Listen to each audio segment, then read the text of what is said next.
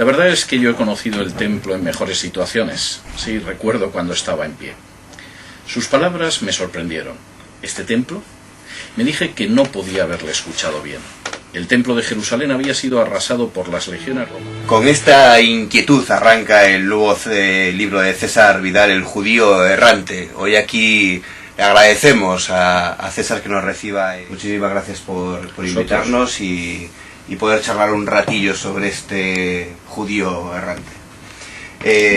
Uno de los pasajes que, aparte de eso, que a las primeras páginas ya el lector dice, ostras, aquí pasa algo, ya empieza ahí el misterio. Uno de los pasajes quizá más importantes del libro es en el que Jesús lleva la cruz a cuestas y se para frente a este judío errante, le pide agua, él no le da esa agua y le dice: yo descansaré dentro de poco, pero tú seguirás vagando por este mundo hasta que yo regrese, ¿no? Bueno, ese es el punto de base de la leyenda del judío errante, del mito del judío errante, el personaje ante cuya tienda, ante cuyo comercio llega el Jesús, que va por la vía dolorosa, camino del Calvario, que le pide agua, que el otro lo rechaza, y entonces Jesús le anuncia que va a seguir vagando hasta que él vuelva al final de los tiempos. Es el punto de partida, lógicamente, del judío errante. ¿Es una leyenda preexistente, la del judío errante? Sí, es una leyenda preexistente, es una leyenda que además ha tenido muchas versiones durante la Edad Media.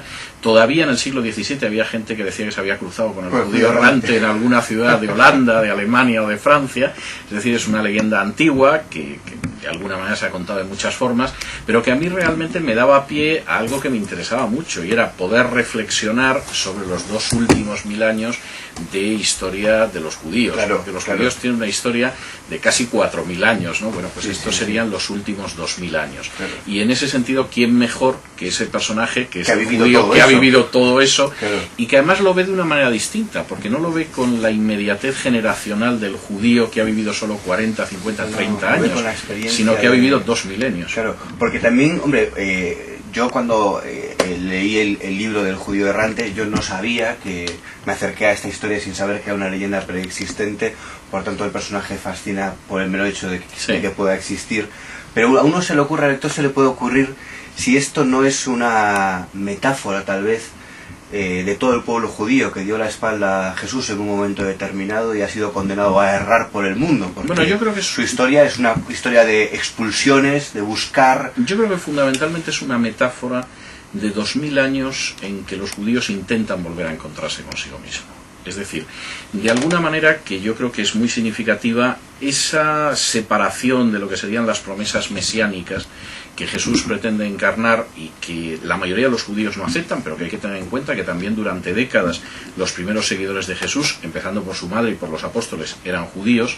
Al mismo tiempo se va produciendo un intento de encontrar un sustituto a ese Mesías que tenía que haber llegado en esa época. Llama la atención frases de este judío errante, como por ejemplo cuando le rememora a la persona con la que habla en el libro, le dice: no, si a mí Jesús me caía mal desde el primer momento, ¿no? Sí, sí, es decir... Ya ¿Cómo es esto, no? Sí, claro. Es que hay que tener en cuenta que Jesús provoca eso que el evangelista Lucas dice que el ángel le anunció a María, es decir, que Jesús va a ser signo de contradicción. Y además lo dice inicialmente en Israel. Este va a ser causa de que muchos se levanten, pero también caigan en el seno de Israel. Y el judío vive precisamente esa situación. Es más, el judío empieza a quedarse sorprendido cuando él lee el libro del Apocalipsis, y lo conoce antes de la destrucción del templo, pero cuando él lo lee, de pronto dice: pero esto es lo que yo he vivido, claro, es decir, el final del antiguo orden, ¿no? Claro. ¿Y qué es esto? O sea, esto yo lo he vivido, yo viví la guerra contra Roma, yo viví la destrucción del templo.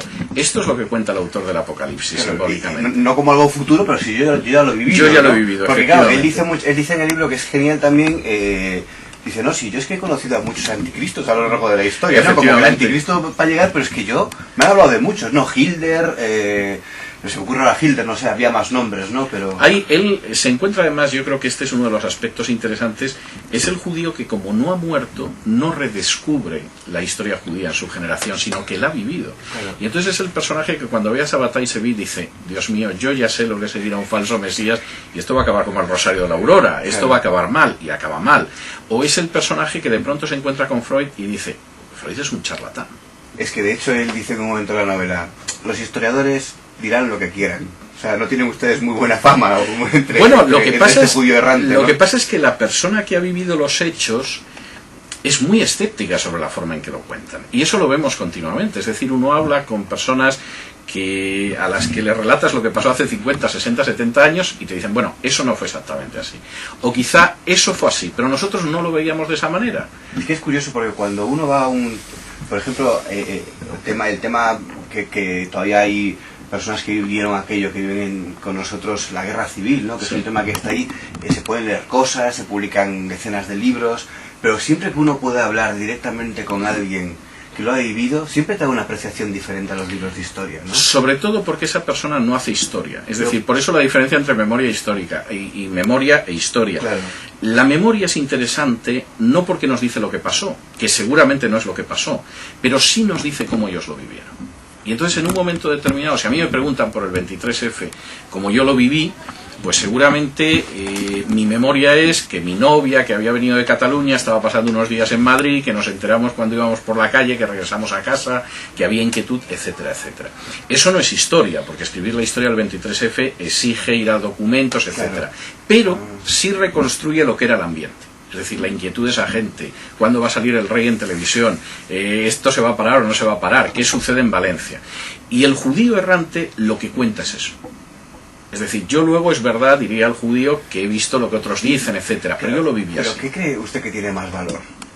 No, yo creo que científicamente la historia parece sin ningún género de dudas, sin ningún género de dudas, pero no cabe la menor duda de que para una persona su recuerdo de los hechos y sobre todo cómo él lo vivió es mucho más importante, porque está entrelazado con otras cosas que aparecen, por ejemplo, en el judío errante. Es decir, el judío errante, cuando se destruye Jerusalén, para el historiador es la destrucción de Jerusalén.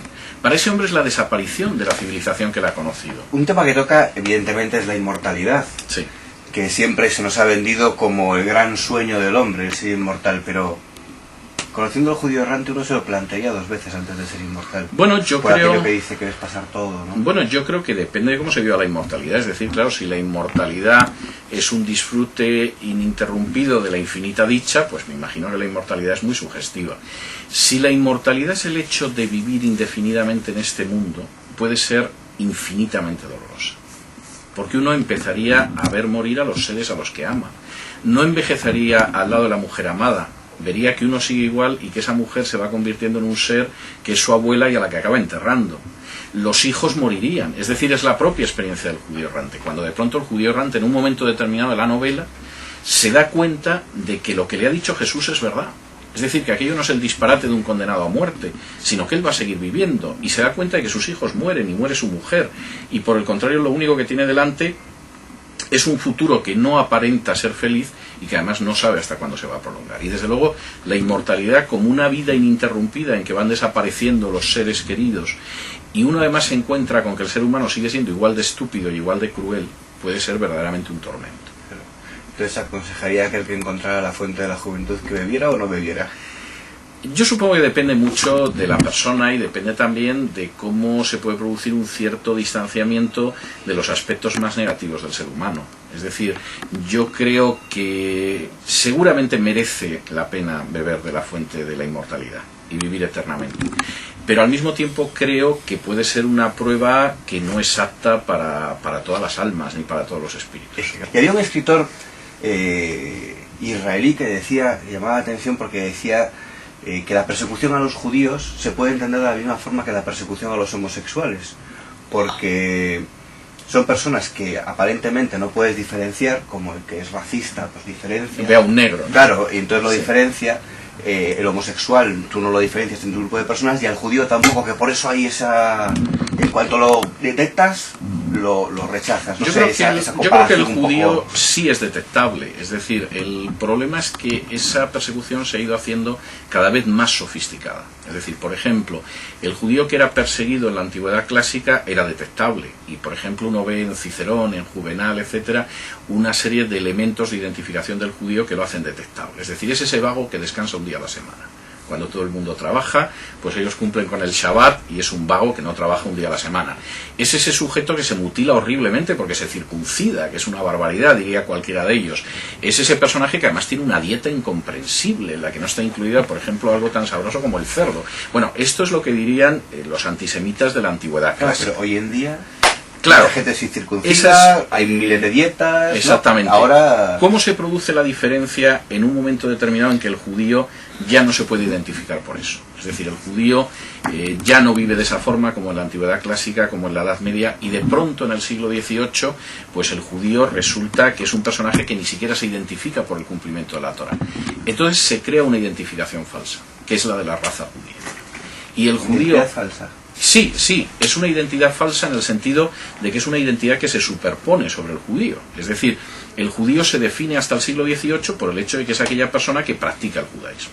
Y en ese sentido es tan identificable como un musulmán, un anglicano o un católico.